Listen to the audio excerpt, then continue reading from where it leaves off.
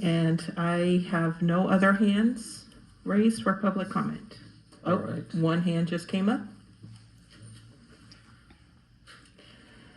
This is for Ivette Rivera. You should be able to unmute yourself, and your 3 minutes will start now.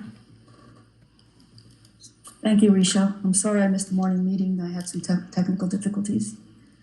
But I do want to talk about two public comments that were made this morning at the HR and legislative meeting. One was by Ross Spinner, who works at the district. He's been here for 11 years.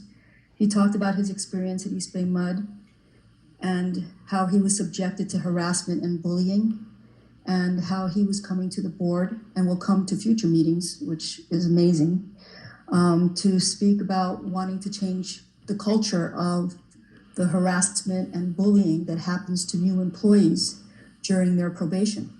Mr. Spinner is a white male. I want the board to consider what it's like for people of color to come to the district and to be subjected to bullying and harassment during their probationary period.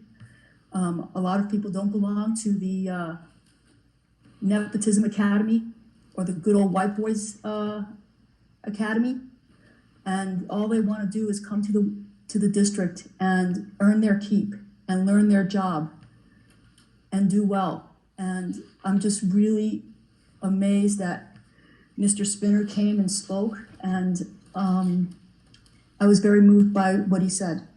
Mr. Kelly Abred spoke about the state auditor's report.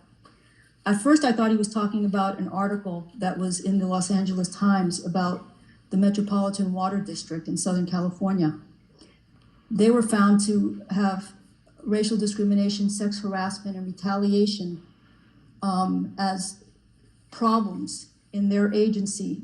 And the state auditor's report issued a 100-page document. Because Mr. Albrecht spoke this morning, that's the only reason I found out about that report. I sent that report to the district. I hope that the district, the East Bay MUD board members really listen to what Mr. Albrecht had to say, because to everybody else other than probably this board at East Bay MUD, we see the writing on the wall.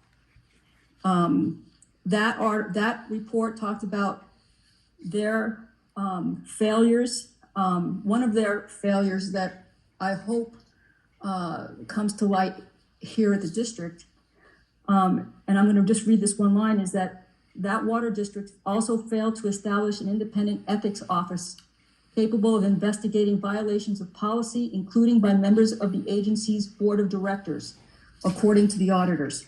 I'm going to stop there because I want to end this by just talking shortly about Justin Phillips' article in the San Francisco Chronicle this past weekend on Sunday. The article was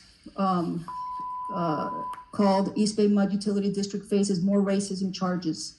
And it was issued on May 1st. And because people don't get the paper anymore, they just look at things electronically, I did send the article as a Please PDF to try the to wrap district. up. You're at 3 minutes. Thank you. This morning, Mr. Spinner spoke for 5. I couldn't get on this morning, so I hope I can just finish my point here. I want you to consider, given that Saji Pierce and Ariel Bland have this new lawsuit, and Mr. Justin Phillips' article referenced the McIntosh case from many years ago and how there are similarities, I want the district to consider why Saji Pierce, a well-respected brown Asian woman that had 18 years at the district, isn't sitting in that East Bay MUD General Counsel seat. Was it because she wasn't mentored like Craig Spencer's protege that is now sitting in that seat? Is it because of discrimination, or maybe because of racial bias? I don't know, but we're gonna find out in March 2023, because there's gonna be a trial, and hopefully all of the evidence will come out to light. Thank you. I yield. All right, any other speakers? There are no other hands raised.